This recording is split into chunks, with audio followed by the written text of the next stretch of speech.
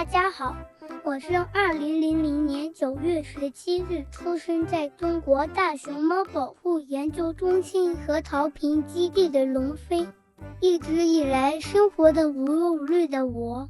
被突如其来的汶川大地震所改变了。由于我生活的核桃坪基地遭到了严重破坏，2008年7月24日，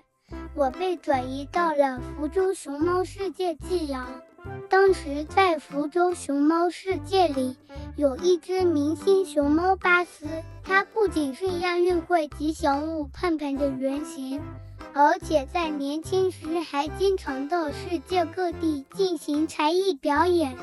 备受世界人民的关注。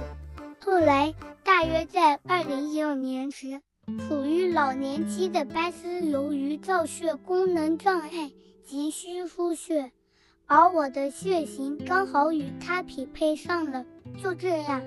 我被迫地过上了时不时就会被抽血的日子，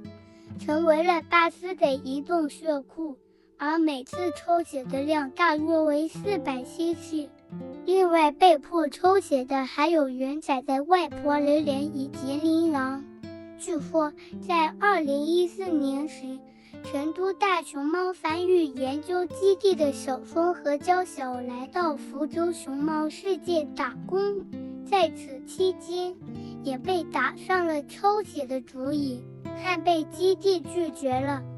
为此，他们一直想以休假的名义支开基地派驻的饲养员，以便偷偷进行抽血。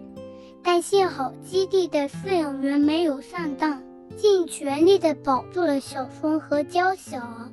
福州地处亚热带，比我们大熊猫栖息地的平均气温要高出20到30度。他们为了给巴斯降温，不仅在室外场安装了水雾装置，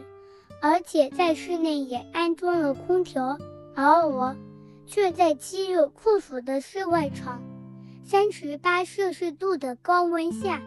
被安排了拍摄任务，只为了向民众们展示我们国宝是如何避暑的。爱与不爱，清晰明了，或许巴斯才是他们的家人，而我只是寄宿在那里的外人吧。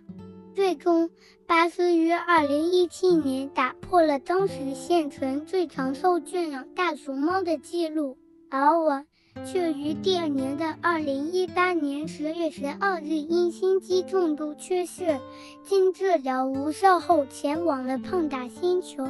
享年18岁。一般而言，野生大熊猫的寿命为18到20岁，圈养状态下可以超过30岁，而我身为圈养大熊猫，却仅只存活了18年，连野生大熊猫都比不上。为此，我的病逝引起了众网友们的愤怒。首先是几个月以来，对于网友们关心我近况的询问，福州熊猫世界一律没有给予回复，而迫于压力之下，才终于在2018年10月18日发出了我的讣告。而就里面的内容，博主守护大熊猫之声发博质疑。一，贵单位称今年6月查出龙飞心肌重度缺血，心律失常、房颤，3间半重度关闭不全，2间半重度反流，之后的3个月来会同专家共同救治，进行24小时监护。那么请问为何在炎夏8月10日那天却被游客拍到龙飞在外场展出？既然已经心律失常、房颤，不是应该尽量避免游客带来的吵杂，进行休养吗？既然是24小时监护，为何还出现在外场展出？难道这就是你们的24小时监护救治？二，自8月10日龙飞被曝光出来严重的掉毛，猫粉询问为何你们称龙飞是皮肤病？大熊猫生病是非常正常的事情，为何要隐瞒欺骗？3， 6月下旬体检发现龙飞的病情非常严重，这些疾病不是一日形成的，也不可能之前没有任何体征的，为何之前没有发现？请问福州熊猫世界多久体检一次？上次体检龙飞的日期和详情能否也公布一下？4，国庆后网曝龙飞不见了，猫粉询问为何骗说他去古岭疗养？另外，大熊猫团子的超话主持人小健爱团子也曾于10月14日电话询问我的相关情况，但福州熊猫世界的灵性工作人员称我已经转移去了另一个基地，而当被请求拍摄视频以了解我的状态时，工作人员就以国家机密为由，称无法提供视频。什么？我们的健康状况是机密？虽然一次抽400cc 的血并不算多，因为人类每次献血也一般是200到400cc，而我们熊猫的体重是比成年人类更重的，但如果是长时间频繁被抽血的话，就会导致严重贫血，进而容易引发心肌缺血，而我恰好就是因心肌缺血而离世，很难不让人怀疑我的病就是因为过度抽血而造成的。网友罗列了在福州熊猫世界离世的熊猫名单，名单上可看出多只大熊猫在20岁之前就已不幸前往胖达星球，大家纷纷认为福州熊猫世界没有尽到好好照顾和爱护我们熊猫的责任，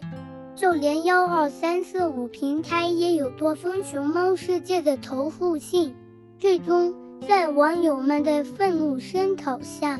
福州熊猫世界不堪重压，继而注销了原有的社交账号，而我的双胞胎哥哥龙腾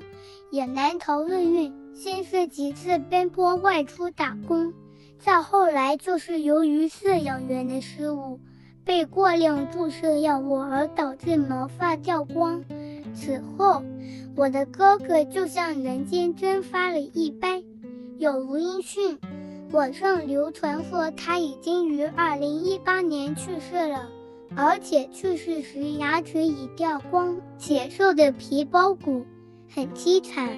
我们好像什么也没做错，却又承受了本不该承受的苦难。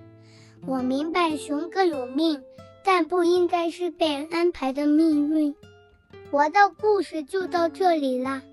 如果你还想了解更多关于我们大熊猫的故事，别忘了点赞加关注我哟。